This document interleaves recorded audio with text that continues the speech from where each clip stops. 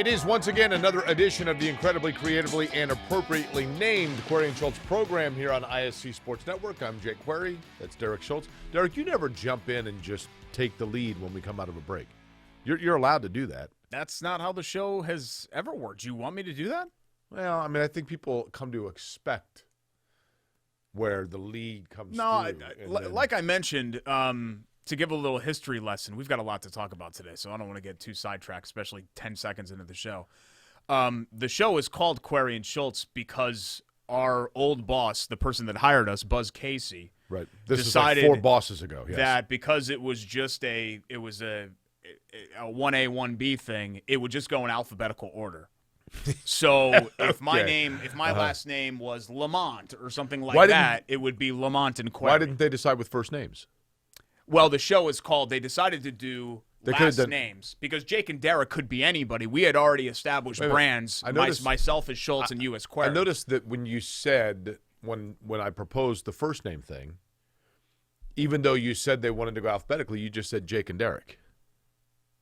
It would be Derek and Jake if it went alphabetically. I'm going by the show's title. You naturally went with I'm Jake going and by Derek. the show's title. Okay. So we've always called the show kind of offhand Jake and Derek as well. Or Jake and Derek will be talking about this because the show is called Query and Schultz. Like, we have a trademark and all of that. My lawyers were involved. Okay. So, that is the brand. And I'm cool with that. I'm fine with that being the name of the show. But I don't want people to get it twisted. I don't want them to think that it's because one host is superior to the other. I like your shirt today. Yeah, thanks. It was Gap clearance at the Fashion Mall. It was $9. Really? Mm-hmm. I thought I would have gone Garanimals. Generally, in the men's section, small and medium have a great selection and clearance because people don't really buy, grown men don't really buy small and medium. Now, is that small or medium? This is medium. Okay. Yeah, I wanted it to be a little bit more loose. By the way, Query and Schultz brought to you each and every week. We're happy to have a lot of people on board for this, including the shop in Indianapolis, the Shop Indy. They have retro T-shirts of both pop culture and sports nature. I happen to be wearing today the Indianapolis Ice 1990 Turner Cup champions, if I'm not mistaken. 920 Broad Ripple Avenue, also in Clay Terrace. Wood Warbler Coffee, we'll talk about them over the course of the show, and the Hot Cup of Schultzy. The American Dairy Association of Indiana. Love Heating and Air, that's love-hvac.com. And, of course, we cannot forget our good friends at WGU Indiana, where ambition never rests, Indiana's largest online accredited university. Derek, a lot to talk about since we last were together, and that is now we know officially, and I can't remember if we knew officially that Carson Wentz was the guy. I think that came out right after we were last together. But Carson Wentz now, a day later, has become, or will officially when the new season begins, become a member of the Indianapolis Colts. Isn't it stupid that we have to wait until the new league year starts before they say anything? Like the press conference will be like 3 weeks from now. Right. Really dumb. I'm glad it's over. I'm glad that we don't have to get on here and talk about Sam Darnold and Nick Foles and Ryan Fitzpatrick and everything like that. And when you look at the compensation package, Jake, that's what really kind of stuck out to me. I'm not going to lie to you. I'm not enamored with Carson Wentz. He was a complete catastrophe last year. But then again, everything around him was a catastrophe, right. So how much do you really hold up, him against that? But I agree with the widely held opinion that this was probably the best that the Colts were going to do. It was extremely unlikely that they would have been able to trade in front of so many quarterback-hungry teams in the draft from 21 when you talk about all the teams in front of them that had higher picks and more to offer. So if they weren't going to trade up and if they were going to go the veteran route, which you and I agreed from the get-go, that's the route that they were going to take. I mean, we always kind of felt that way, that they would get a veteran as their QB1. Wentz was probably the best of some not-so-great options. But I'm not shut off to the idea that a reunion with Frank Reich could salvage something there. Well, I think there are a couple of ways to look at this. Okay, number one, do you want to look at it first from the Colts standpoint or Carson Wentz standpoint? You tell me. I think it's pretty easy to understand why it's a good thing for Carson Wentz from his standpoint. For the Colts standpoint, if you were to take last year, the Colts, if you just do a spreadsheet, and you look at what the Indianapolis Colts were able to do in this past season, you would score them at what, Derek, on a 1 to 10? Were they a 7, 6.5, 7.5? What would you say the Colts overall were? I think like if a 7.5. The Kansas City Chiefs were a 9, And the Bucks at the end of the year were a 9 or a 9.5. You know, Well, those teams should be 10s. They made the Super Bowl. well, okay, but I'm just saying. Yeah. I mean, on a 1 to 10 scale, I would say a 7.5 to 8. I was pretty pleased with what they did. So if you're a 7.5 or an 8, their quarterback play last year with Phillip Rivers was not terrible. So, Carson Wentz, if you were to rate Carson Wentz at his ceiling, he is what as a quarterback? Very good. If you were to rate Phillip Rivers last year, you would rate him how? Good. Overall, some ups, some downs, but overall he had a very good season. Good or very good? Good, what but I'm saying closer is, to very good than average. What I'm saying is if the Colts are a 7.5 last season, and the variable that you're now changing is taking very good quarterbacking play in Carson Wentz at his ceiling and putting it in, you are putting that in place of good to very good. So how much does that boost you? Does your team get better? Carson Wentz's ceiling, is it better than what we saw from Phillip Rivers? Yes, in the context of the fact that he's 28 and Rivers is 38. I'm not talking about long term. I'm talking about right now. No, but even right now. I mean, I think, Rivers is clearly his best days were behind him. We knew that. He was still effective, but he was not a prime quarterback. This is supposed to be Carson Wentz's prime right Understood. now. Understood. But I'm not talking about. But I'm talking about just strictly in terms. I get what you're saying. The right now. In terms of the right now play, are you getting an upgrade of quality of play? Not for what you see 3 years from now. For right now, are you getting play-by-play upgrade quality of play at the quarterback position? I don't know that answer. I mean, I don't know. Right. I mean, I'm asking it somewhat rhetorically. I think the Colts are hoping that that's the case, but I don't know if they even are confident that he is absolutely an upgrade. There is clearly a precedent that when Carson Wentz is working with Frank Reich, that he can be a very good player. We saw it. I mean, he was dynamic as a rookie. As I've said, is he Rick Meyer, a guy that has this unbelievable rookie year, and you think, and has a big body and a good arm, and then once he starts to regress, there's no coming back from it. That remains to be seen. From Carson Wentz's standpoint, you look at, okay, was Carson Wentz really regressed, or is it that everything around him had faltered off to the point where it brought him down with it, and therefore that is not going to be the case in Indianapolis? Yeah, I mean, and we'll find out. I mean, the difference between Wentz and, let's say Rick Meyer or RG3 is that after 2017, his second year where he was an MVP frontrunner before the ACL injury in Week 14, he came back in 2018 and 2019 and was fine. He had traditional numbers-wise, he had good numbers. I think he had 47 touchdowns to 14 picks, 7,000 yards. He was 11th and 12th in QBR. I mean, those are good. He was a good quarterback. He wasn't an MVP, but he was a good player. It's when the bottom fell out last year where he was arguably the worst starter in the entire league. That's what gives you some pause. But as I mentioned, Jake, the Eagles were the most injured team in the league. Offensive line, they played 14 different combinations. They had injuries all over the place, key players, receivers, running backs, offensive linemen, all key to what a quarterback does and how a quarterback functions. And that's not to mention the front office drafting Jalen Hurts and Peterson and Wentz having a falling out. I mean, there was so much that I think went into that, but Wentz has to wear some of it. Let me ask you this. We worked together for how long on our radio show? 8.5 years. Okay. During that time, in the 8.5 years. Best friends for 7.5 of it. Yeah. Hardly. I think after that first year, during that time, though, if you had to make a list of people in your life that you most often saw or that knew what was going on in your life from a day-to-day or things that were affecting you or your mood or whatever else, how many people, honestly speaking here, how many people would be on that list above me? Above you? Just my wife. Well, then girlfriend. Your parents, probably. Right? Yeah, I mean, my parents were in Connecticut, but they were aware of what was going on. You saw me, and we interacted every day. Yeah, we talked about this. The first conversation that we had after you had your heart attack, you called me at 9 o'clock the last night, and I was like, I was thinking about the fact that I've probably interacted with you more than anybody but my wife over the last, whatever years. The reason I say that, Derek, is because we worked together, and in working together, we were in the same building, going after the same goal 5 days a week, Yeah. 25 days a month, And right? her best friends, yes. So- You also have to include that as well. So, based on that, who would know Carson Wentz as a quarterback better than Frank Reich? It would be a very short list. And that's what's kind of selling me on this. That's what's selling me on this deal. A, the fact that the Colts really didn't give up that much. They're going to recoup that number 3 probably via a comp pick. Well, they still or in a have, trade. $45 million under the cap. I mean, they're so, fourth. Whatever. That number might be off, but I know that they're I think they're now fourth in the NFL in cap space still, and that's after everything.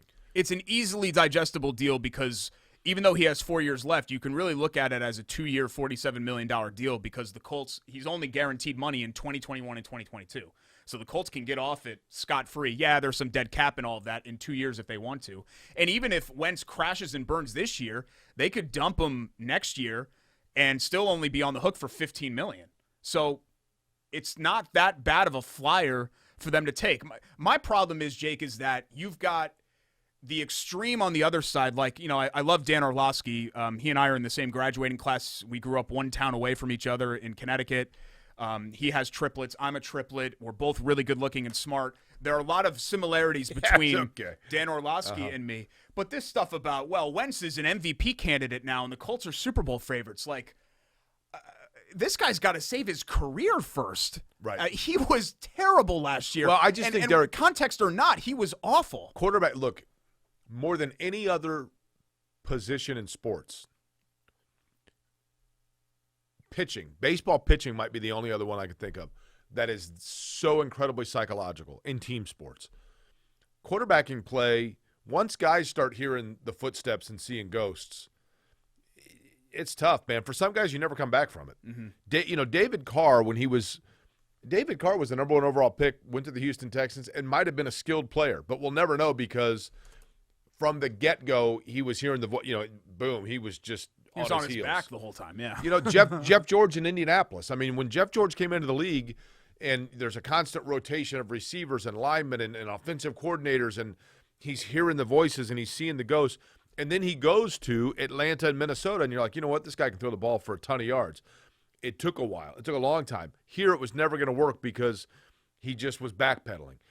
And I think the same we're going to find out with Carson Wentz. Can Carson Wentz be Jeff George and have a change of scenery be where you're like, okay, yeah, this guy is legit? Or is he going to be David Carr where it just doesn't matter? You know who he actually I watched him a little bit in the film room. Which is the spare bedroom in my house. I looked up some highlight reels. Look, I never pretend to be. You got on YouTube on your phone while you're waiting for your I never wife pretend at to be like right. Rick Venturi or some scout or anything. But I was like, you know what?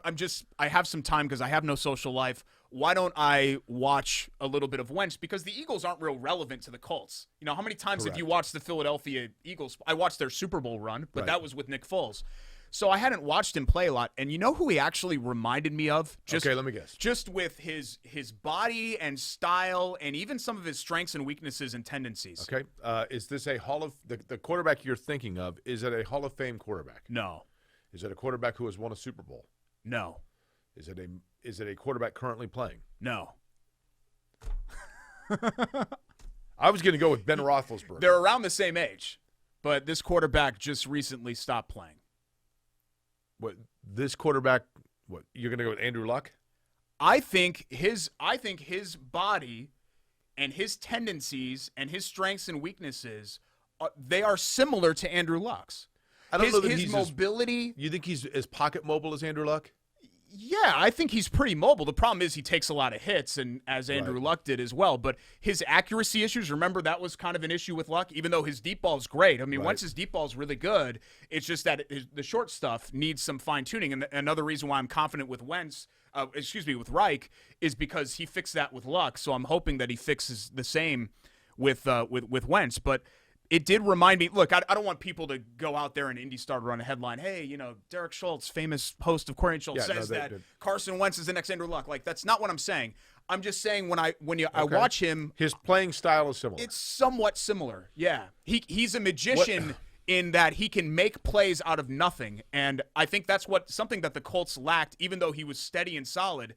That's what they really lacked with Rivers. There was no mobility, so if a play broke down, you were screwed. What number will he be? I'm going with 9. I'm hoping he's not 12 because that'd just be kind of weird. Yeah. I think it's just a little bit too soon for that, even though I know that Harris kid wore 12. Do you like that? What other numbers are Do you available? like that Beatles song, number 9? Because he's not going to be 11. Number 9? Yeah, with Yoko. Number 9? Number 9? He's not going to be 11, right? Because It Michael keeps doing Pittman it said over and no. over, I know. And then there's like audio of like Let a me look at football the game, Colts. the crowd chanting, and then the guy comes back in, number 9. It's very eerie. Let me if you've look at ever the listened Colts to it. numerical roster. Revolution number 9 is the name of that song, by the way. Colts numerical roster, and let's Okay. even see what numbers. And I know that the roster's not set, but let's even see what numbers are available. This is All right? riveting. Yeah. You asked, Jake, okay. so- Yeah. Okay. All right. Well, here we go. just so you know, like in the 70s, he's not going to be. So we got to go. Just hold on. 13 is taken, Derek. Okay. For now. 99 might not be. DeForest Buckner. So he will not be the number 99. No, Derek, we can't sit here and go 99 through 1. People right now, they're fast forwarding through. They're changing channels. You don't have a job. They're changing channels. You don't right have now. time to do this, to go through No, all the numbers? I have all the time in the world. You folks, I'm here for you. You who are listening right now, and you're saying Okay, to yourself, here "Can we we go. get more Beatles lyrics, please? Because it's better than this." 4 is open. 4, okay. 6 is open. Yep. Wait, what number is? Oh, 9 is Jacob Eason. Oh, is it I had really? no idea because he hasn't played. What number is Rigoberto Sanchez? 10 is open. I don't know. Blankenship is number 4, or excuse me, No, number 3. Blankenship's 3. Yeah. What 10 other quarterback numbers are here? 13. No, sorry, 13's Ty. 15. Okay. 18. 18, probably not the best idea.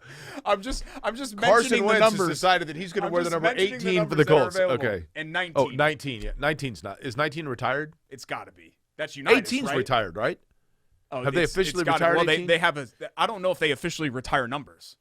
I think they've officially retired 18. I don't think they officially didn't retired Irsay numbers. say, we're going to have a Yeah. statue and people But can again, leave their I don't think they Bud Light officially retire cans numbers. and nobody's going to wear 18 again? I'm pretty sure. They did. He did say something about leaving Bud Light cans. He did. At the statue. We're going to have a statue and Alrighty. people can come and leave their Bud Light.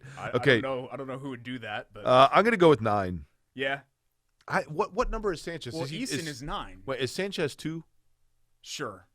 I think that's right. I think Wentz, that's right. Wentz gets first priority over Eason. If he wants Eason to change numbers, Eason's Jake, changing how numbers. much do you want to beat down this poor kid? He's trying to Eason? fulfill a I like dream Eason. of playing quarterback I in the like NFL, Eason. and you want to take his number, and he stinks, and it's just it's really unfair. At any rate, Carson Wentz, number to be determined, according to Derek Schultz, is the next Andrew Luck, right. and he should be wearing number 18. Here's what I'm hoping.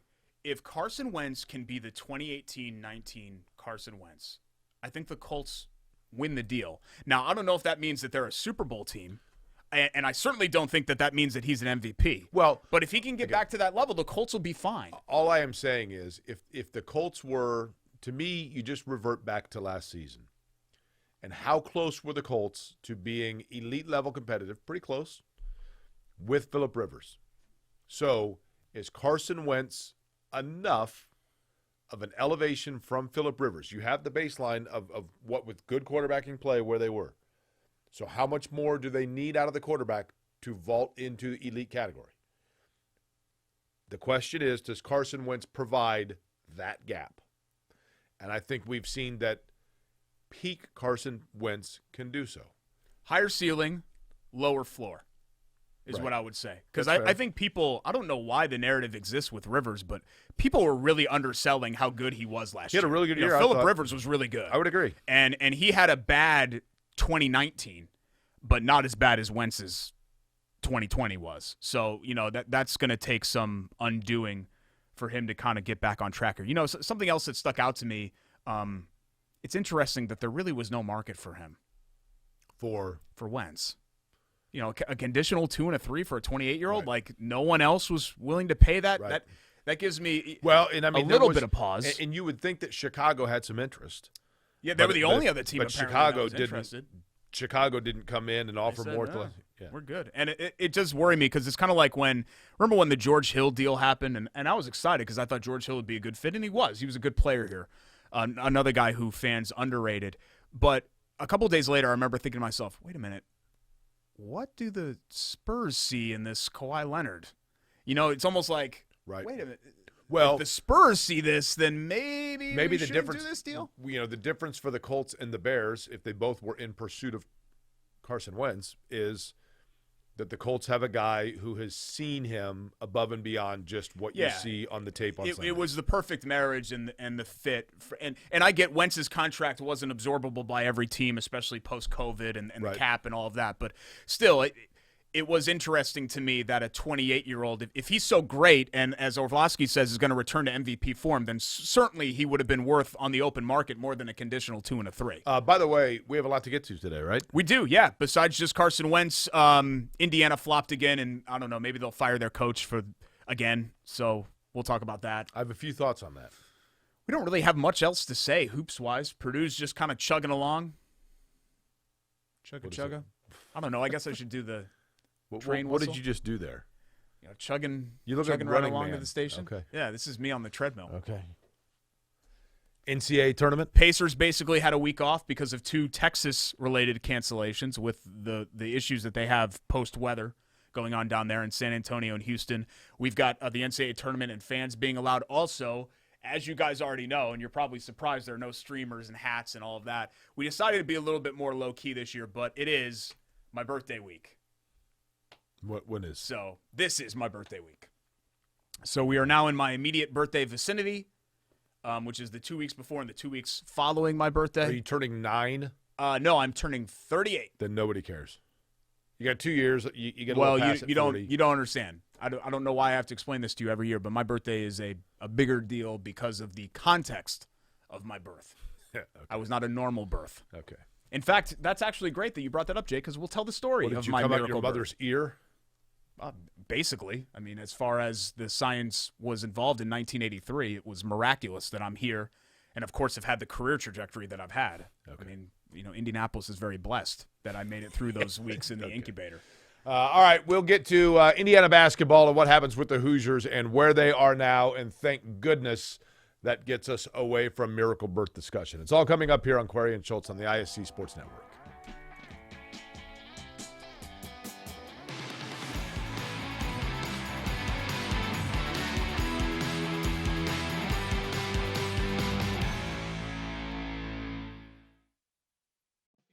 Dairy farmers provide us with safe, pure foods for our tables. A responsibility that takes intuition, resolve, and determination to make sure their milk is good for you and delicious to taste. Their connection with our community runs deep, passed down through the generations, ensuring that milk is always available at your store.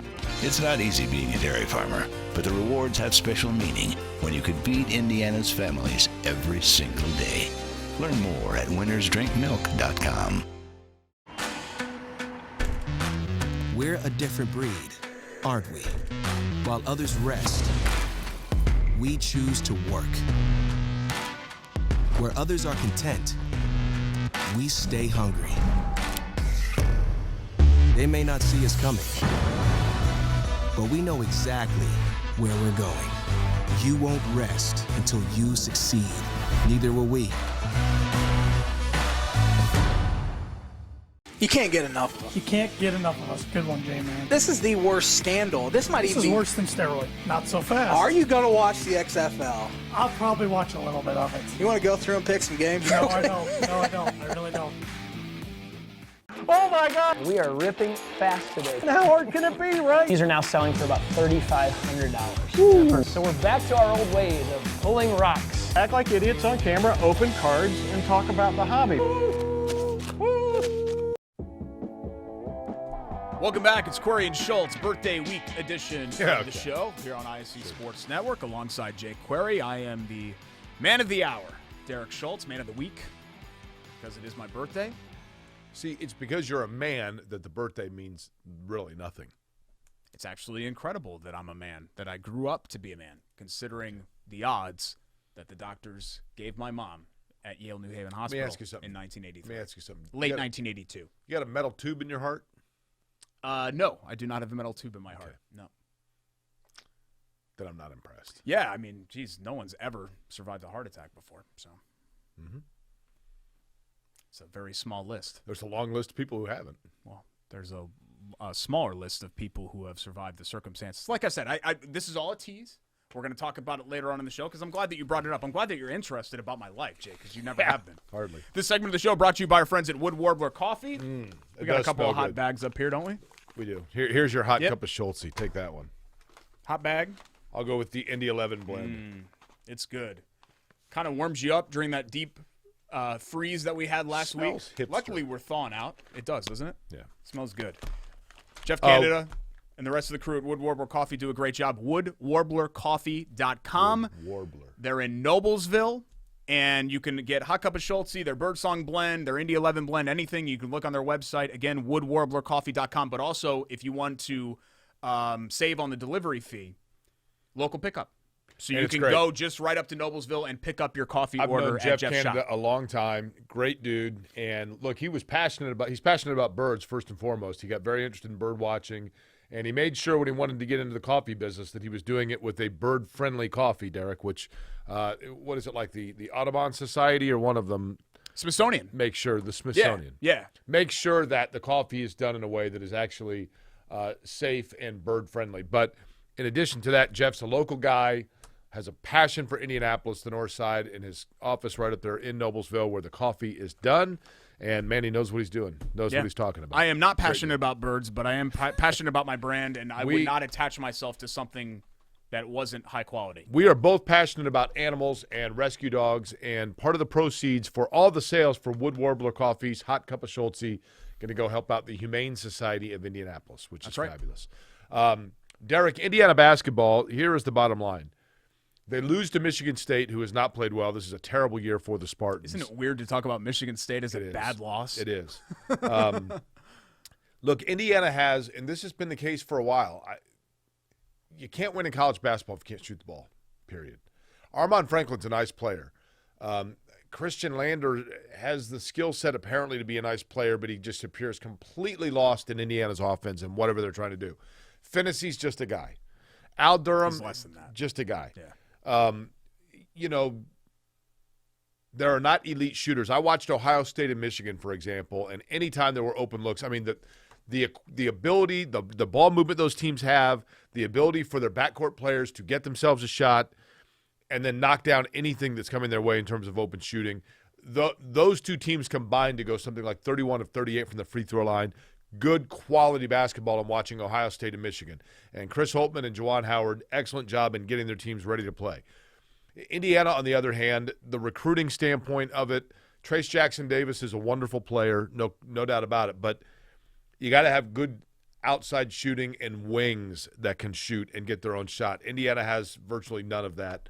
But Archie Miller, Derek, unless someone steps up, and I'm not saying it's going to happen. I'm not calling for it to happen. The reality is people are questioning if Archie Miller's the long-term guy at Indiana.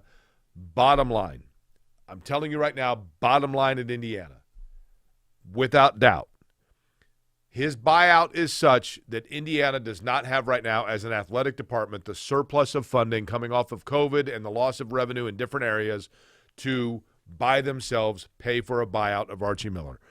They would have to ride out the contract longer before they can afford a buyout on him. Now, that's not to say that like a booster or a company couldn't come in and say, hey, we'll pay it. I don't know that times are – Archie Miller's not a bad guy. I mean, it's not like they've got, bad kid. There are some coaches, some places where you have just a rogue program and things are going awry and there's allegations, maybe for cause a guy can be laid off. Archie Miller's not a bad guy, so you don't have any of that in play. So I don't know that there's anybody that's going to come in and say, look, this has to be done.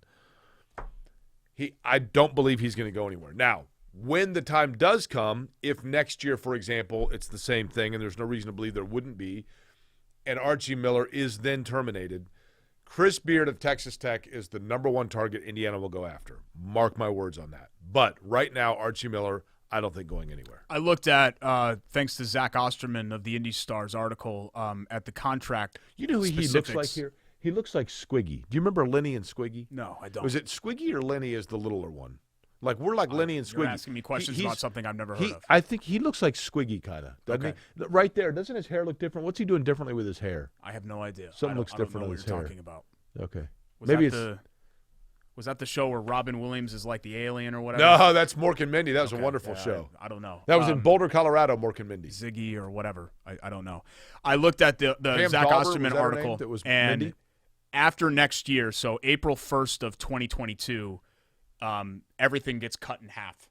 So you're owed Archie Miller's owed every penny throughout his deal if he's fired after this season. Whereas by April 1st of 2022, if you fire him after next season, you get 50% savings, and the buyout ends up being, he did the math, like $3.5 million, which is chump change. Post-COVID or not, for a big-time athletic program, $3.5 million is nothing. I hope that I have that number right. I'm just kind of going off what I think that I saw in Osterman's article. If he makes the tournament, I think he's back. But at this point, Jake, if this team can't even make the NCAA tournament, then I think you just kind of have to just make the clean break. They're going to make the tournament, right? Does making the tournament or missing the tournament this year really upset anybody? I mean, come on. You got to at least get in the NCAAs with this team. We can sit here and talk all we want about how their guards stink. Their guards stink. Or that Indiana's not very good. Indiana's not very good. But still, making the NCAA tournament should not be this difficult. Okay, let me tell you one thing about the NCAA tournament that keeps me up at night. My brain works different than a lot of people, and I belabor points too often. But let me begin with this. I applaud Chris Gall Visit Indy and Ryan Vaughn in the sports corps and everybody involved in getting the NCAA tournament. It's a major coup, and it's wonderful for the people of Indianapolis and the city of Indianapolis, and most notably the hotels of Indianapolis, to have all of these teams coming in, right? But the Indy started an article when it was announced that the NCAA tournament was going to allow up to 25% attendance in games. And they interviewed some economists that said this could double the economic impact to $280 million for the city of Indianapolis. So if you're doubling it to $280 million, that means that by allowing fans, you are saying that's an additional $140 million, right? Okay, let's do a few numbers here. You ready, Derek? Yep. I've got a pen and paper. Off the top of your head, I want to ask you, Derek Schultz, a few questions. Those of you at home can play along. Yeah, I missed this game. Okay. There are going to be 68 teams coming to Indianapolis, correct? Yes. Well, Bloomington, Central Indiana. Central Indiana, yes, for the tournament. Obviously, this is not when I'm talking about the boom that is coming by fans coming here. So we're not talking about team personnel, players, rosters, etc. We're talking about the number of fans. So on April 8th, whatever the day after the national championship game is, how many people will there be that can make the following claim? I am not a resident of Indianapolis, Indiana, but I traveled to and stayed overnight in Indianapolis, Indiana, in order to be able to, in person, attend a game or games of the NCAA tournament. The total number of people from outside the Indianapolis area, that number is what? For the entire tournament? For the entire tournament. I don't know. Let's see. 25% is a rough estimate. 3,000 a game, probably. Maybe less than that. 2,500 to 3,000 a game. But that's not 3,000 uniques because some people are going to go to 2 or 3 games. Yeah, but I'm just trying to do that. And I was not a math major at IU. 50,000 people? 50,000. Okay, 50,000. That's fine. 50,000 I have people. No idea. 50,000 people. So for 50,000 people, each one of those people, knowing that some of them are going to be fans of, Drake, who's going to get beat after 2 games, and they're going to drive in. Some of them might be fans of Illinois, and they drove over from Champaign, and they drive back, whatever. So on average, if you, Derek Schultz, are a fan of Connecticut, and you're coming to Indianapolis, when you factor in a hotel room that you're getting, the restaurants that you're going to eat, a rental car, even though I think most people probably Uber at this point, what's the total number that it would cost you to do that? How much money are you going to spend for your NCAA vacation? Not including tickets. $1,000 probably hotel stay. 1,000? Yeah. I mean, if it's me and my wife, I don't know, $100 on food per day, maybe $150 per day. So let's say another 4 days. So let's say $500. Rental car, if we do that, $300. Okay. So what are we up to? $1,800. Okay. And then let's just tack on $200 for, whatever else. So $2,000. Incidentals. Yeah, $2,000. Let's say. Now here's the thing. So $2,000, but that's for you and your wife. Yeah. So So you're the- $1,000 a person. Okay. Yeah. At 50,000 people, each person would be responsible for $2,800 in order to get to $140 million. So that means three guys that all live together in New York City and they're huge fans of St. John's and they want to come here. Yeah. All three of them have to get their own hotel room. No sharing hotel rooms. All three of them have to each one individually $2,800. That's with 50,000. Yeah, but we talk you get about 100,000 people here. Each one has to spend $1,400. These numbers, they just throw these numbers out.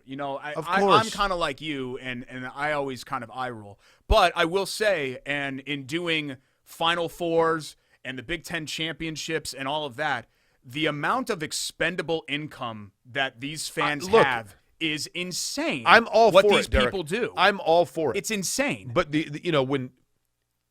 me, it is a much needed and well-deserved shot in the arm for downtown Indianapolis that has struggled. And I'm all for it. I just, let's be realistic here. I mean, the restaurants themselves are only allowed 50% people in. It's not like you're going to have packed bars and restaurants and, the Rams There's no way to track it either, because if you drive downtown to the Ram and then a UConn fan it's goes closed, to the Ram, I just was trying to pick a downtown restaurant. There's no way to know what dollars were spent and why that those things were spent. But I remember we did a live show from the convention center, and you just randomly flagged down a Michigan State fan, woman, and she told us that she had been to every single Michigan State bowl game, every single Big Ten tournament, That's right. and every single NCAA tournament game for didn't Michigan State. Didn't she also confess to us that she had an affair? Well, she told us that her brother had been disowned from the family because he stole. I mean, this That's- woman.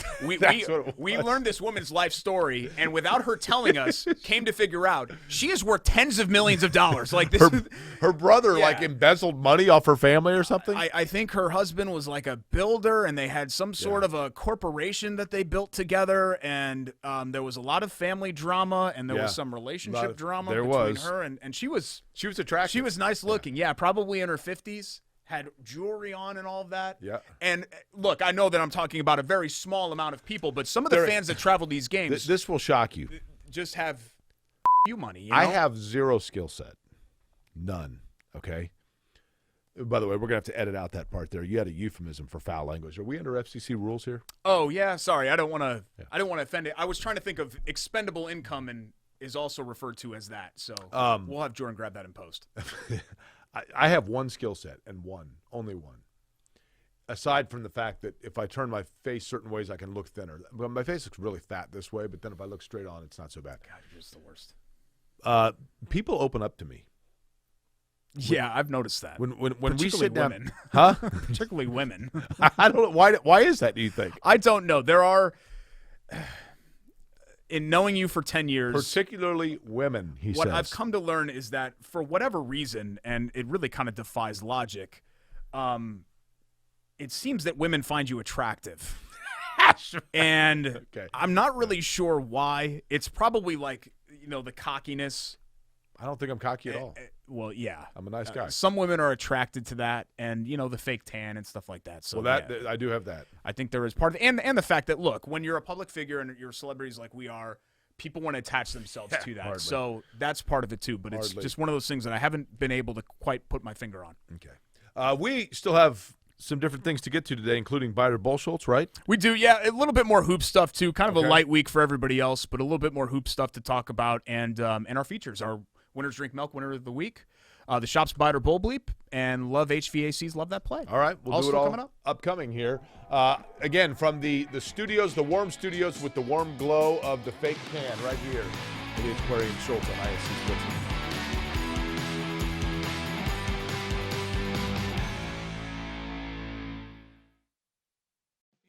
dairy farmers provide us with safe, pure foods for our tables. A responsibility that takes intuition, resolve, and determination to make sure their milk is good for you and delicious to taste. Their connection with our community runs deep, passed down through the generations, ensuring that milk is always available at your store.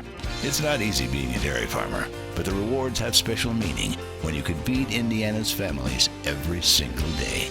Learn more at winnersdrinkmilk.com. We're a different breed, aren't we? While others rest, we choose to work. Where others are content, we stay hungry. They may not see us coming, but we know exactly where we're going. You won't rest until you succeed. Neither will we. You can't get enough of them. You can't get enough of us. Good one, J-Man. This is the worst scandal. This might This even is be worse than steroid. Not so fast. Are you going to watch the XFL? I'll probably watch a little bit of it. You want to go through and pick some games? No, I don't. No, I don't. I really don't. Oh my God! We are ripping fast today. And how hard can it be, right? These are now selling for about $3,500. So we're back to our old ways of pulling rocks. Act like idiots on camera, open cards, and talk about the hobby. You're watching Query and Schultz on the ISC Sports Network. Your life is on the go. Now your viewing habits can be on the go. With the ISC Sports Network app, your team is at your fingertips. You can download years' worth of content from the ISC Sports Network library. High school, college, special events, weekly and monthly shows, wherever you find your favorite app. And you can always find out more information at iscsportsnetwork.com. Query and Schultz rolling along here as we get set for our American Dairy Association of Indiana Winners Drink Milk Winner of the Week. And, of course, the American Dairy Association. Derek, I'm very pleased with them and very flattered by this. The fact that, I don't know if you know this or not, because they usually go through me. And they're like, "No, what about your little buddy?" And I'm like, "No, I mean, I'll see what I can do." We will again be emceeing the Winners Drink Milk Fastest Rookie Luncheon for the American Dairy Association of Indiana. Well, yeah, I knew about that. Josh called me. Josh. He's my, agent sounds weird. He's kind of a little bit of a catch-all. Agent, lawyer, rep. He does a little PR for me. I usually handle my own PR. What PR do you need? Any public figure, celebrity needs, somebody to have their hand in that so they don't say anything stupid on social media and all of that. So clearly you don't have one. Do you not trust yourself? Oh, no, I do. It's just I haven't said anything you can't stupid. be careful enough. People love my Twitter, at Jake Query, JakeQuery. I went through some purge there right after the election.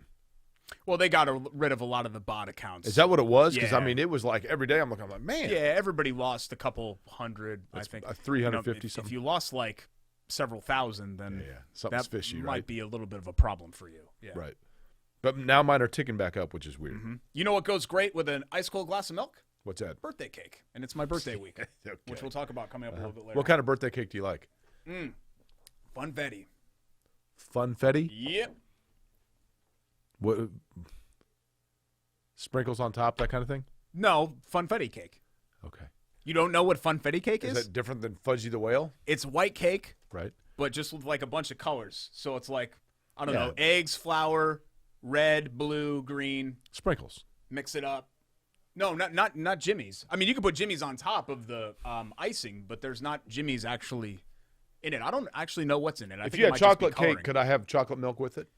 You can, yep. If I had the chocolate milk, Derek, from the American Dairy Association of Indiana, I would be basically having the equivalent of what? Spinach? 10 cups of raw spinach. Yep, 10 of them. 2 hard-boiled eggs, and a banana. Potassium, protein. So good. Carbs? Perfect post-workout. Potassium, protein. Why do I always forget the third thing? Because you don't have the sheet. Folic acid. There's something else that you get from all of that. Are you looking for your lactic acid after a hard workout? No, What better not thing to do? lactic acid, Come on. folic acid. Okay, here it is right here. You ready? Yeah. 10 cups of raw spinach. Carbs, protein. You Okay, said so that it is right? carbs. Electrolyte. Okay. Maybe that's what I was thinking. Vitamin A? No, vitamin A was the one. Yes. Vitamin A was the one I was thinking of. What are you doing? Electrolytes. Anything I say, you're like, yeah, that's No, it. yeah. That's it. Okay, my Winners Drink Milk winner of the week, and I'm going to be optimistic here, okay? I would say the Colts because they stood, held firm on their ground in the Carson Wentz sweepstakes. In reality, I don't know how much competition they had. I'm going to give it optimistically as a welcome to Indianapolis gesture to Carson Wentz because he could turn out to be, in fact, a winner for the Colts, which would be a winner for everybody if he, in fact, is able to play at the level that we saw early in his career when he hooked up with Frank Reich. I do think that throughout this process, he said and done the right things. He immediately flew to Indianapolis to get familiar with things. Apparently, he texted some players. He's handled this all very well in kind of a fall from grace from Philadelphia and trying to find a second lease on life, hooking up with Frank Reich again in Indianapolis. So I will preemptively say he's going to be a winner for the Colts and give it to Carson Wentz. Yeah, I mean, I don't know if he handled it so well in Philly, but I don't think anybody handled it well in Philly. I would say that I'm optimistic that a reunion between him and Reich is going to work out, but I just want people to get their expectations in line because some of this stuff about MVP to me is borderline delusional. I think that he can be very good. I really do. But I'm confident that he's just going to be good and put the Colts in a position to make the playoffs and win the division and do all of that, which is, I think, all you can ask for, right? My winner of the week, Novak Djokovic. Another Grand Slam for him, the Australian Open, which has been kind of his cup of tea. Now 9 Aussie titles, 18 Grand Slams overall. Yeah, number 9 again.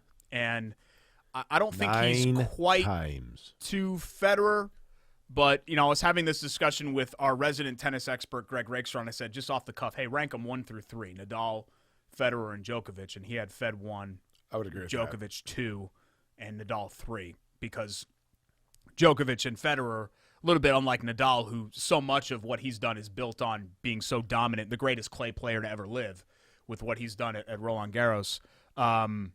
Djokovic and Federer have been a little more well-rounded, but Australian Open certainly has been his bread has been buttered. Two things about tennis, Derek, and I loved as a kid going to the RCA, the clay courts and then the RCA hard court championships. In the heyday of the RCA. Tennis Center. Yeah. High-level tennis, top-notch tennis up front and close and personal is as good and as captivating as any sport you can watch. It's amazing.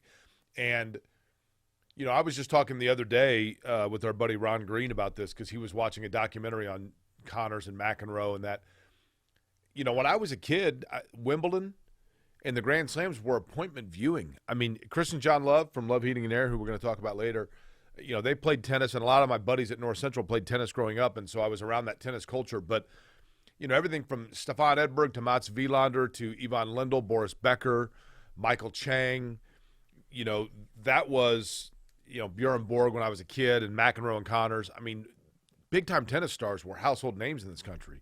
And it was fun. I mean, I remember every 4th of July weekend watching the finals of Wimbledon, no matter who was in it. I mean, I remember in 90, I think it was 91, that great run from Jimmy Connors at Wimbledon and losing to Jim Courier. And I remember watching that with my parents, and I was like 8, and it was a big deal. Like it was the U.S. Open, wasn't it?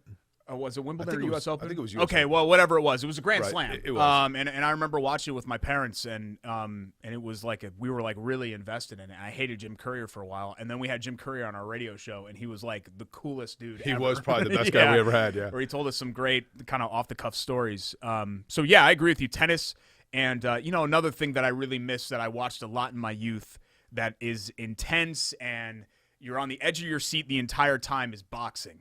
There's nothing like a great fight, and I really need to kind of reinvest myself in boxing because it's had a little bit of a renaissance here over the last couple of years. I think as UFC's popularity Who was has your boxer risen, growing up? I mean, I really loved, and I probably shouldn't have, Tyson because of the video game and everything like that. And he was this phenomenon. I really liked Lennox Lewis. See, I hated Lennox Lewis. I hated him. Really? Yeah, the accent and the he just get in there and jab you the entire time because he had the reach. Our to friend do that for everybody. Local Indianapolis writer Sarah Murrell. Hated. I hope I'm saying her last name correctly. She adopted a dog that was part boxer and named him Lennox. Really? Yeah, because he's a boxer. And I liked Holyfield too. And another guy that we interviewed actually on Radio Row in Atlanta. Did we? You don't remember when we had Evander Holyfield on the show? What's wrong? I mean, I remember every guest that we ever had because I cherished those 8.5 years. But we had Evander Holyfield live in person at Atlanta Radio Row. He was hawking a barbecue sauce. Was he nice? Yeah. We took a picture. We did? You want me to airdrop it to you? Yeah. Do you have it? Yes. It's I have a saved picture in with my Evander Dropbox. Holyfield? Yeah. There was a thing on Twitter the other day going around. That. The other day on Twitter, there was a thing going around. Who are the 3 most famous people you've ever talked to? I saw, yeah. Does a radio interview count? Well, gee, I don't know, Jake. Do you talk to somebody in a radio interview? But it's not. You're not having like a conversation. I mean, it's. Yes, you are. Okay. Obama would be on there for you. Obama and Bush would be 1 and 2. Yeah. Jordan would be 3rd. I never talked to presidents. You talked to Jordan? Well, of course. On the radio? No, but when I worked in TV, he was here 4 times Oh, yeah. a year. I mean, technically, I've talked to LeBron James. LeBron. An interview counts. The Pacers have kind of, given you a tough series these last couple of years. What do you talk about that? I don't even remember what I said, but I asked him, asked him a question in a press conference. You know who actually could be on my list, and you're going to laugh, but I got to thinking about this. This person was a grand marshal or something at an IndyCar event, and I talked to him for 2 minutes before we were doing whatever. And you're going to laugh, but when you really think about it, and I mean, in what we do for a living, I mean, yes, we've been very fortunate to have, I mean, Peyton Manning would be on the list, right? Yeah, who I've also technically talked to. MC Hammer. Yeah. I mean, from a global standpoint, he's got to be way up there, what, right? if we're doing that, and I felt terrible. I really did feel bad. I know that I kind of bust your chops about this, but one of those IndyCar weekends you were gone and we had Ice Cube on the show. Yeah. And it was just me interviewing Ice Cube, and I'm like, don't get me wrong, Ice Cube's very relevant to my life, but he was like your guy, sure. And that's your wheelhouse, NWA. He's and way all up there, that. though, right? Yeah, Ice Cube would be way up there for me. Love that play next? We do that, yep. All right. The Shop Spider Bull Bleep and the story of the creation and birth of Derek Schultz. Actually, we don't need to hear about the creation of Derek Schultz. We'll take that part out of it. Yeah, I mean, really? Like, is that what we're going to do? Are we going to call your parents right now? Are we going to hear about that? Do you know the whole story? Mom and Dad, I'm sorry. I know you watch every show. I'm sorry that I worded it that way. The creation of Derek Schultz. Yes. That's exactly what. The creation of the brand I woke of up this Derek morning. Schultz. Trust me, I went out for beers that? one time with your dad and got the whole lowdown. I mean, come on, man. Sorry. That was I am upset at the way that I worded that. We'll grab that in post. Jordan will grab that in post along Love with that plays next. the FU money Thank thing. goodness.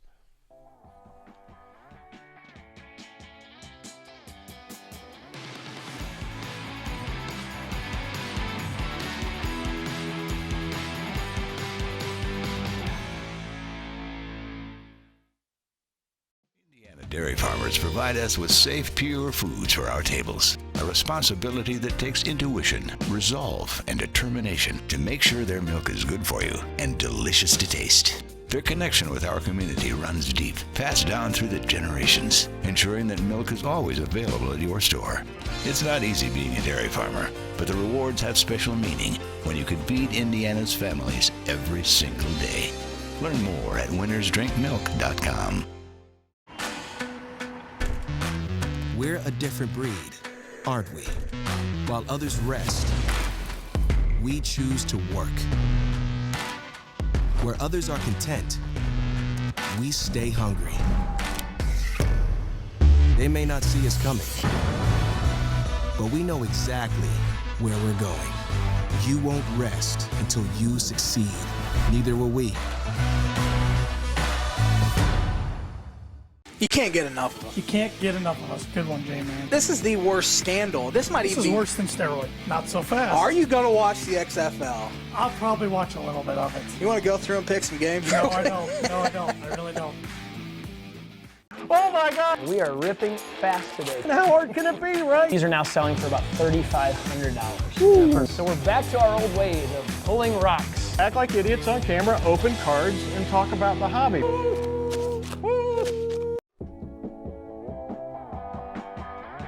Welcome back to Query and Schultz here on the ISC Sports Network alongside Jake Query. I'm Derek Schultz. Thanks so much for joining us. Of course, you can watch this show every single week on ISC Sports Network, iscsportsnetwork.com, but also available an archive version on YouTube every Thursday. We post that on there.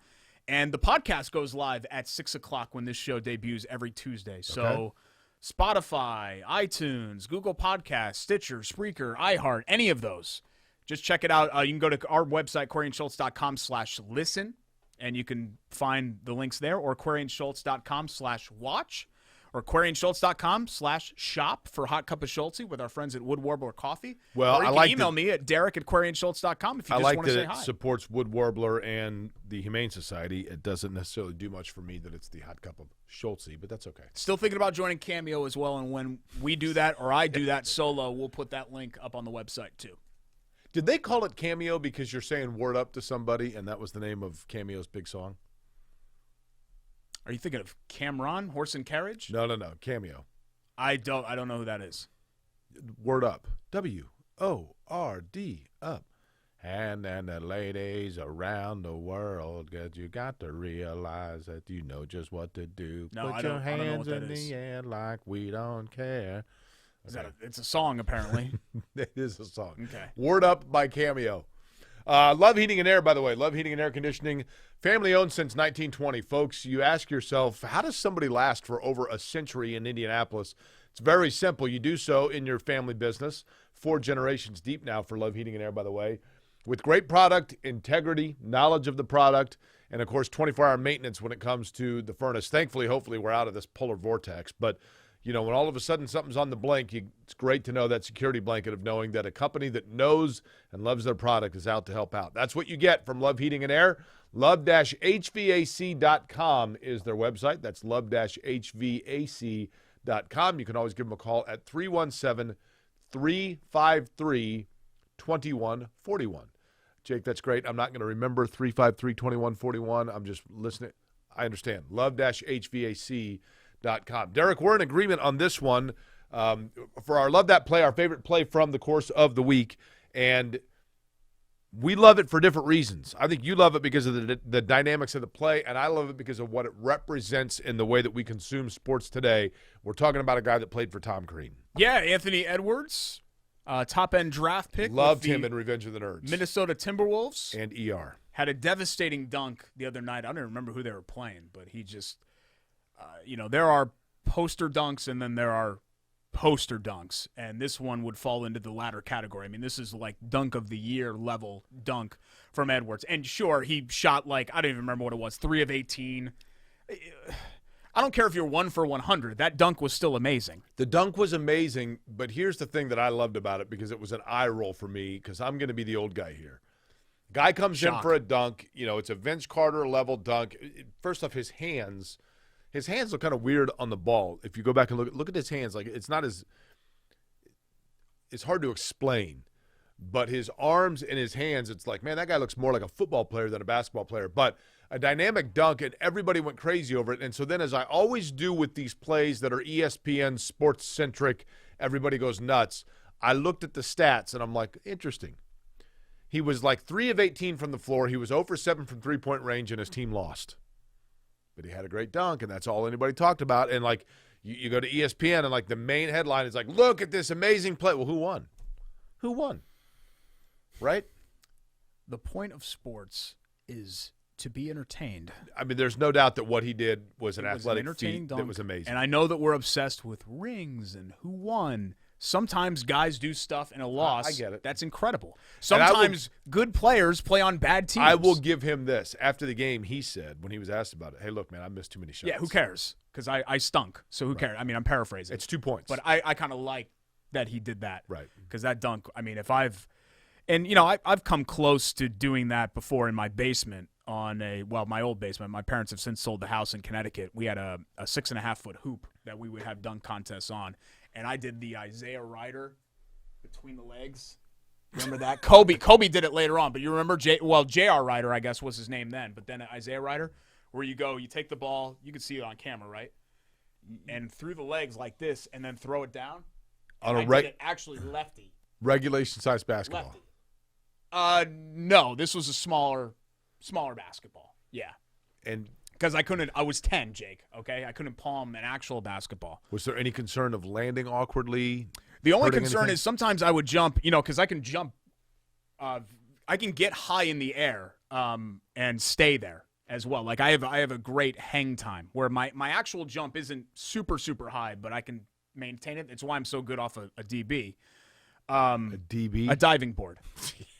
Okay. But in my basement, the real concern was jumping up underneath the things that held the net, because then I had stitches one time. I had to go to the doctor because I jumped up under the hoop and I got so high up that it dug into my head and I had to get like 8 stitches because it was just gushing blood.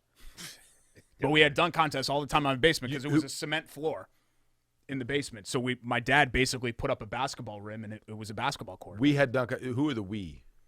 Me, my sister sometimes would come downstairs. If my mom needed to get cereal or dry goods, sometimes she would come down to the cellar and watch the dunk contest. Wasn't there Stolman would come over every once in a while. Wasn't there like a heating thing or something that worried you back there? Oh yeah, the monster we had oil heat and we had this old school heater down there that was haunted. Yeah, straight haunted. Okay. I don't know if my parents told the buyers of the house that it was haunted, but it 100% was haunted. Okay. I saw stuff down there.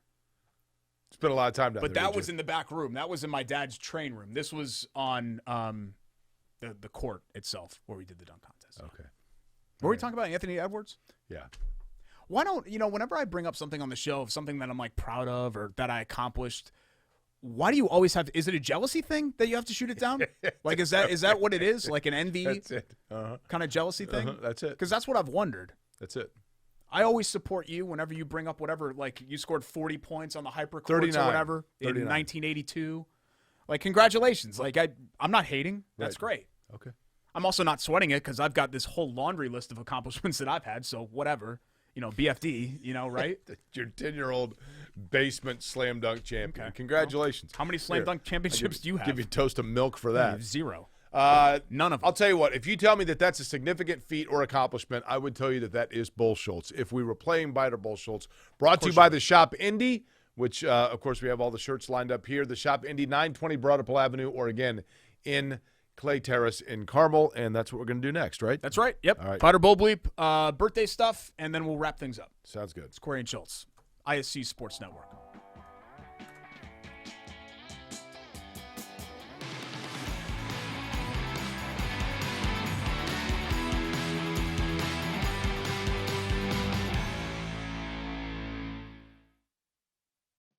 Dairy farmers provide us with safe, pure foods for our tables. A responsibility that takes intuition, resolve, and determination to make sure their milk is good for you and delicious to taste. Their connection with our community runs deep, passed down through the generations, ensuring that milk is always available at your store.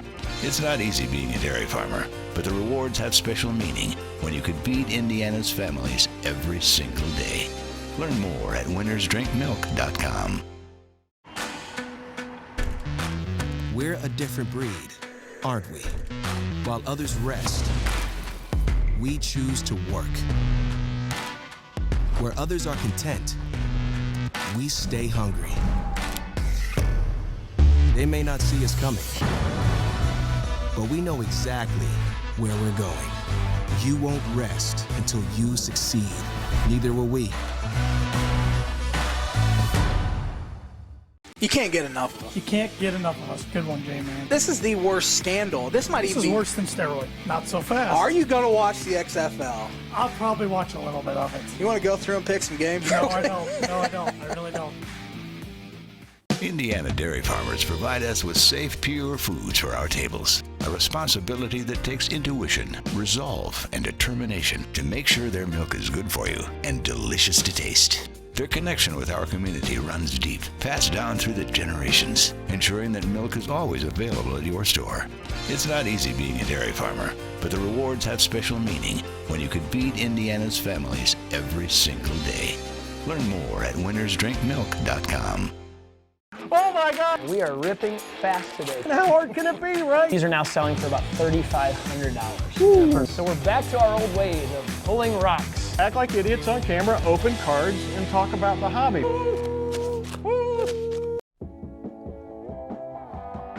We're back Back for a final time here on Corey and Schultz, episode 24, the birthday edition. Thanks so much for joining us here on ISC Sports Network. We'll get to the Shop Spider Bull Bleep here in just a second, but again, want to remind you of our friends at WGU Indiana and all they have to offer you where ambition never rests. Indiana.wgu.edu. Get a degree on your own time. And this is actually perfect because a couple of years ago, you're probably thinking to yourself, wait, virtual school? What's that? Yeah. We do everything virtually now. You're right. So, You're right. You know, if anybody had a good year in 2020, it was probably our friends at WGU because people finally realized that, hey, I could do this stuff on my own time and, you know, I'm busy, family, full-time job, and everything else that I've got going on. You can cater your schedule and your classes around your own schedule. So go ahead and take care of that. WGU.indiana.edu and see all that they have to offer you. And I'm just going to try to not look back there at what's over my shoulder. Sage. It's wonderful. I'm not looking. Owls never rest, Looking Derek. right into the camera. Okay. Instead of doing that. Constantly have their head on a swivel for what's coming up next. Just real quick, couple of things that I wanted to touch on before we get to Bite or Bull Bleep from our friends at the shop. Pacers, couple of postponements. They're going to have a week off. Right. Before they take on the Warriors on Wednesday. We're taping this right now on Monday morning, Monday early afternoon. So they'll technically have a week in between because they had the Spurs and Rockets games both get postponed. They actually, coincidentally enough, had an overtime win over that same Minnesota team that just fired their coach that Anthony Edwards plays for, the worst team in the league. But luckily How about they avoided Minnesota disaster. firing their coach and making a new hire within like an hour? And somebody else's assistant. Yeah. Which is odd. I think that's fairly unprecedented, in fact. Right. That something like that would happen. Purdue just keeps rolling along. I mean, they've got, as we mentioned, this is a chance for them to stack some wins. Nebraska's terrible. They were competitive for a half. But they've got Penn State, who's better than their record indicates, but still not a great team. They've got Indiana, who they've owned, and then they've got Wisconsin. So it's a chance for Purdue to close the year on a winning streak. And that's really what gives me pause about Indiana's tournament hopes, Jake, is the fact that they've got Rutgers and Michigan State and Michigan and Purdue. And Rutgers is decent. They'll be lucky to win one of those, much less two. Right.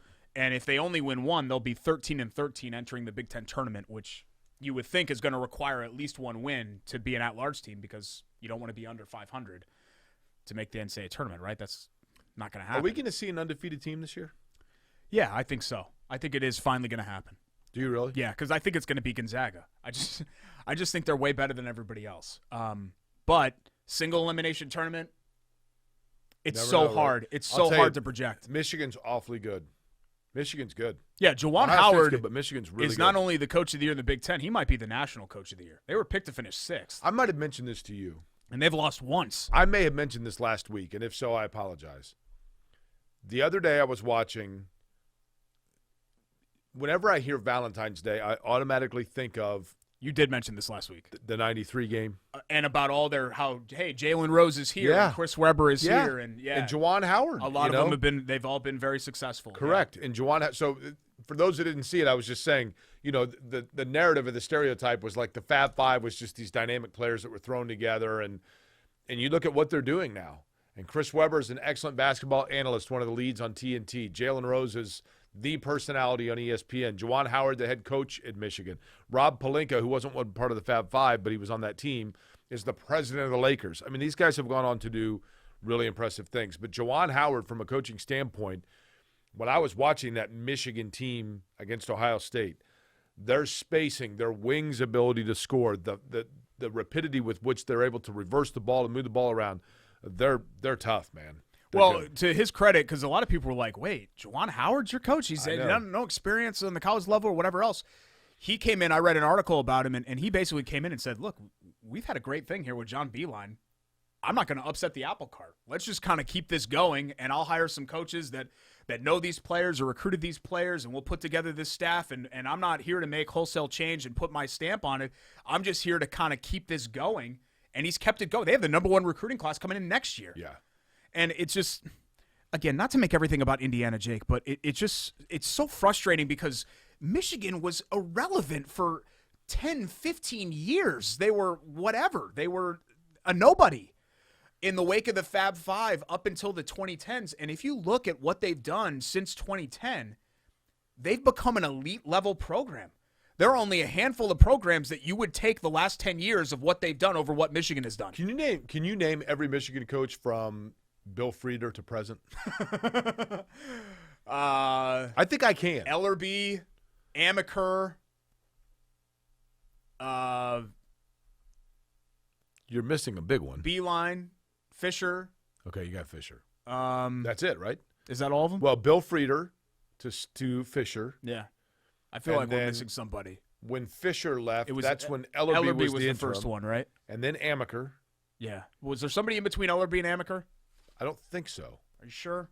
I don't think there was. Let me look. Ellerby was the interim, and I thought he did a nice job. And then he ended up, I think, getting the head coaching job where like BYU or Air Force or something like that. Or maybe he had come from BYU. I thought Ellerby did an okay job. Amaker was, thought to be that was going to be the guy. Yeah, he was just whatever. I mean, they were fine. They were solid. Yeah, Ellerby was 4 years after Fisher. And then Amaker for 6 years, and then Beeline for Wait a whatever. minute, how long did 10. Ellerby do it? 4 years. I thought he was an interim. I think but they gave him the job. I mean, Ellerby was. coached several seasons Okay. there. They weren't necessily. Amaker good is in those where seasons. now? He was at Harvard. I don't know if he still is or not. I think that's right. But he was taken to the NCAA tournament. But it's a good for them. I mean, clearly it's a basketball school, so Yeah. Michigan has that going for them now because football's won half of a championship in 70 years. So good for Juwan Howard and good for Michigan, but it's still frustrating on the outside looking in that a program that seemingly was kind of broken can just flip it around like that, and here we are with Indiana. It's just the same thing over and over again. Okay, buy it or bull, Schultz. I'm Ready for statement one? I am. Carson Wentz will not be the Colts quarterback in 2023. Buy it or bull bleep? It's essentially a 2-year deal because there are no penalties outside of some dead cap if you were to release him after the 2022 season. Okay, what is his contract again? 4 years. I don't know how much left on 90-something million dollars left on it. Okay, I will But say that. the only guarantees are this year and next year. And read the statement again. He will not be the starting quarterback for the Okay. Colts in 2 seasons. I'm going to say that is bull, Schultz, because I think they will, at the minimum, write him out the length of the contract. Oh, I mean, I don't think they'll write him out the length of the contract if he's a disaster. Well, But I think Carson Wentz will be good enough to warrant. a lot of it depends on Jacob him Eason. playing You know, the if next Jacob couple of Eason's years. like setting the world afire, but I don't think Eason. let me tell you, Derek, I if don't we think thought they view him like that. if we thought there were a lot of calls for Chad Kelly, you just wait. Yeah, I don't think that they view Eason like that, and I still expect them to sign a veteran backup. Or draft somebody else. Right. I still expect there to be another quarterback addition. I don't think Eason is You definitely your slam dunk QB2. Yeah. Well, I mean, he might be your QB3. Jacoby Brissett could be, right? I don't think Brissett's going to come back. Where's he going to go? Somewhere that he at least has a chance to start. Okay. And I think somebody out there may give him the chance to start. But that was one thing it was just never going to happen. Colts can say whatever they want. They weren't going to bring him back as a starter. Statement 2, buy it or bull bleep. Sorry, I'm on the Michigan list of head coaches here. Allowing fans into the NCAA tournament games is a mistake. Buy it or bull bleep. This is a tough one. It is my hope. I have nothing to base this on at all other than thinking ahead. It is my hope that allowing fans in, and if that means people traveling in from other areas to Indianapolis and spending time in Indianapolis, it is my hope that that does not lead to a late April, early May spike in numbers in COVID cases. I'm not saying it would, but I certainly hope that wouldn't, and then that would not then put a lot of attention on the Indianapolis Motor Speedway and what IMS might do for the Indy 500. I have nothing to base it on that could be a possibility. I just simply hope not. Doing it at 25%, Derek, seems reasonable and responsible so long as they're doing it and following through with what they say and making sure that everybody's safe. At some point, we have to start to return to that. The numbers right now between vaccines and people who've had it are, it does look favorable. So I think it's responsible, but I think they need to adhere to that responsibility. Yeah, I'm going to say bull bleep. I don't think it's a mistake. But you got to be you have to be diligent. Cautious, and this thing is not in our rear view yet. It's Correct. maybe to the side view mirror at this point, but this COVID thing is not in the rear view. But with the amount of vaccinations coming out, and I think part of it, Jake, is I'm not an epidemiologist. at this point, most people have had it already, so that's probably the reason why we're not seeing some of the, not that you can't get it again, but some of the spikes, the violent spikes that we saw certainly last fall, or of course, in the spring of last year. So we have a lot of smart people in charge, and I think they've done a pretty good job of handling this. So I'm going to say no. I think 25% is okay as long as they're spaced out. It's just concessions and bathrooms, you know what I mean? Stuff like that. It's tough to have distancing when you have crowds. Statement 3, I thought about this yesterday. I went for an hour-long walk with my son. They should let you report neighbors to Indy.gov who do not shovel their sidewalks. Buy it or boldly. No, I mean, people will take that out of hand. You should be a good neighbor, be responsible, and do it. I think actually it's your obligation. But reporting it, come on, man. 100% you should be able to report it. You can report high grass, which I've done for some neighbors. When the grass gets too high and they haven't mowed, it hurts my property value because it makes my house look bad when you have your high grass. And there are people in my neighborhood that I know they can mow. I've seen them out there before mowing. Dennis They're Rader? able-bodied. There's a house, Jake. BTK? You're running around I'm with not your going to give you the address. ruler. But you know where I live in Midtown, where I'm behind all these mega mansions. I'm a couple of streets behind all these mega mansions on Meridian. So what do you think they think about what you're doing to their property value? We like to drive, or we like to walk over past the mansions on Meridian. And I'm sure that thrills them. Huge plot on one of the corners, this gigantic house that's got to be $2 million at least. And they do tens of thousands of dollars of landscaping every year. They always have a crew out there. Fresh shrubs. Their grass is perfect. You could golf on it. It looks like freaking Augusta. They didn't shovel either of their sidewalks. The one facing this way or the one facing this way. They're on a corner by a stoplight. I'm not going to tell you the intersection, but it's right over there at 49th and Meridian. And they didn't shovel either of their sidewalks. And it was like impossible for me to stalk their house? No, to walk. I wanted to go past their house and trying to have again a walk. stand and watch in the front yard as the crews worked and talk to them about the landscaping they're doing to make their house look like Savannah at 49th and Meridian. But I couldn't because they didn't shovel their driveway. 38 degrees outside, and I'm trying to have a nice early spring walk with my son, and I can't. So I go to Indy.gov, and I have the complaints actually bookmarked, and I didn't see anything for shoveling, which I was really surprised by. So I wrote a complaint letter to the help desk. So hopefully they will eventually allow the help desk is it's supposed to be a $50 fine. The help desk is in case your website crashes. It's supposed to be a $50 fine, which I'm sure they could handle at that house. I mean, $50 is, whatever. It's like what you find in the couch there. But still, it's the principle of the whole thing. Okay. My birthday's Saturday. Right. 38 years old. I haven't heard a happy birthday yet, but it's not Saturday. Well, but it's my birthday weeks, and you're not going to see me then. Let me. If you bought anything for me, I don't know. It might arrive in the mail. Let me mark my phone. But for those that don't know, I don't know how you wouldn't. Figure out when to send a text. I'm a triplet. I was 2 pounds and change, born on a sleety night, February 27th of 1983 at 10:22 p.m. My sisters Dorothy and Abby followed me. 10:24 You were the first out? and 10:26. I'm the oldest by 2 and 4 minutes. Okay. And it really defied medical science because I was 10 weeks premature as well. Your mother knew it was going to be triplets? Yes, but she did not know the genders of each baby. Okay. She wanted to be surprised. So we spent the first couple of weeks in an incubator and, LBWs and all of that we had to kind of figure out. LB what? Low birth weight. Okay. LBWs. And I became the healthy, strong, strapping, handsome individual that you see here today. So that's kind of a Cliff's Notes version of what happened. Right. But for Okay. people that don't understand, in 1983, right. we didn't even have prenatal units in most hospitals. Like it wasn't exactly an oil lamp era in 1983, but it was, prehistoric technology. So the fact that we made it through the way that we did and have now lived almost 40 years to talk about it, and obviously, people have told me you should write a book or have somebody write a book about it because it's such an incredible story. Maybe I'll do that someday. I'm not really about myself when it comes to that. I'm not real comfortable talking about those individual things, but I don't know. It's an idea that I've kicked around. So I always appreciate people just for whatever reason make a huge deal about my birthday. If you decide to write a book, you're going to have to take if you decide to write a book, you're going to have to take your computer off the bookmarks of registered complaints for the city about grass height and sidewalk width. Just do what the city says as far as ordinances are concerned, and you don't have to worry about me reporting you. Okay. That's all.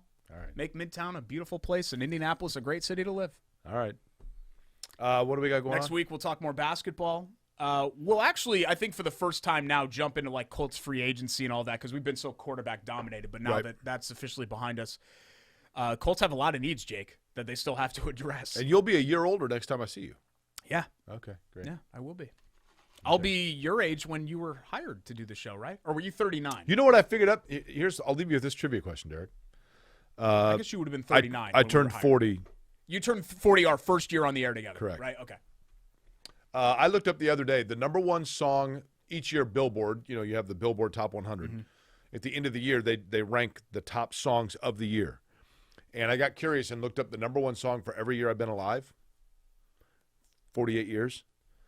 There's only one artist in the years that I have been alive, from 1972 to present, there's only one artist who has had a song as the number one song of the year from Billboard more than once. Would you like to guess? In your lifetime? In my lifetime.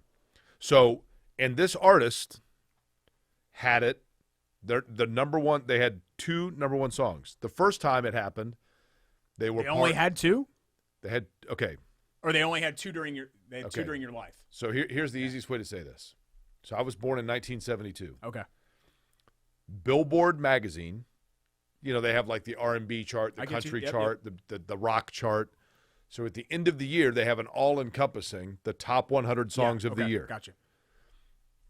So there was always a number one song of the year. Like, for example, in 1996, it was Macarena was the number one song of the year, which is crazy. So they have the – what was that? We kind of have to do it. I mean, if we're going to talk about it. Okay.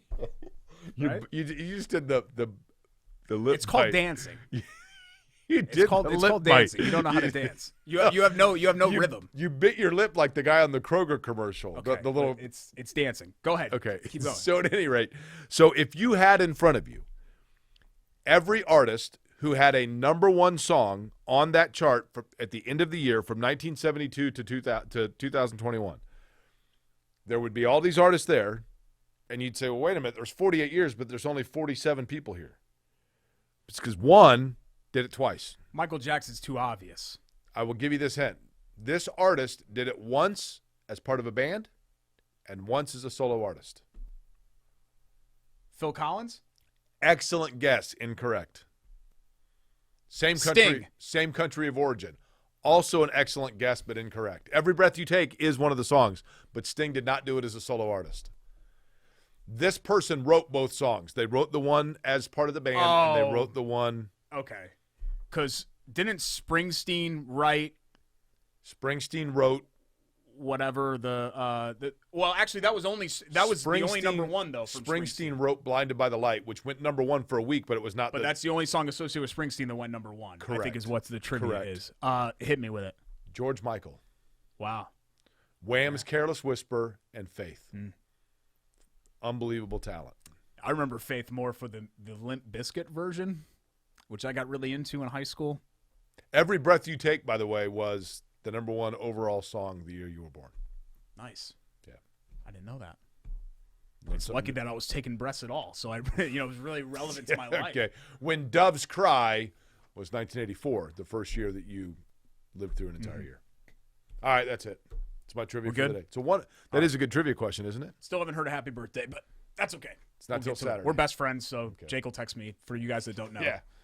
text me off I've the got air it. about I've that. got it in the auto text. Thanks to our crew. Thanks to Wes, Jake, and Jordan, and everybody here on the ISC team. We will see you next week for another stunning edition, stunning, brave, Stunning handsome, edition. Okay. wonderful edition of Query and Schultz on ISC.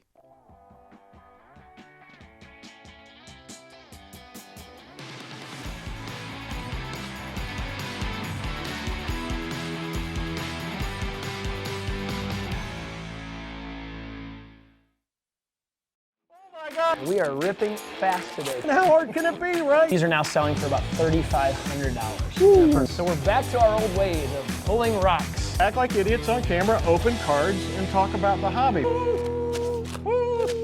You're watching Query and Schultz on the ISC Sports Network.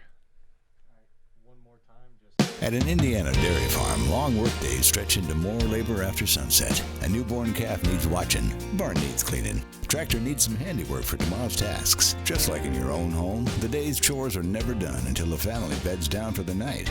Dairy farmers and their families share the same dream with all of us, that what we all do is worthwhile. Bringing to market pure, safe, and healthy dairy foods is what they do, from Indiana's dairy families to ours every single day. Learn more at winnersdrinkmilk.com. We're a different breed, aren't we? While others rest, we choose to work. Where others are content, we stay hungry. They may not see us coming, but we know exactly where we're going. You won't rest until you succeed. Neither will we.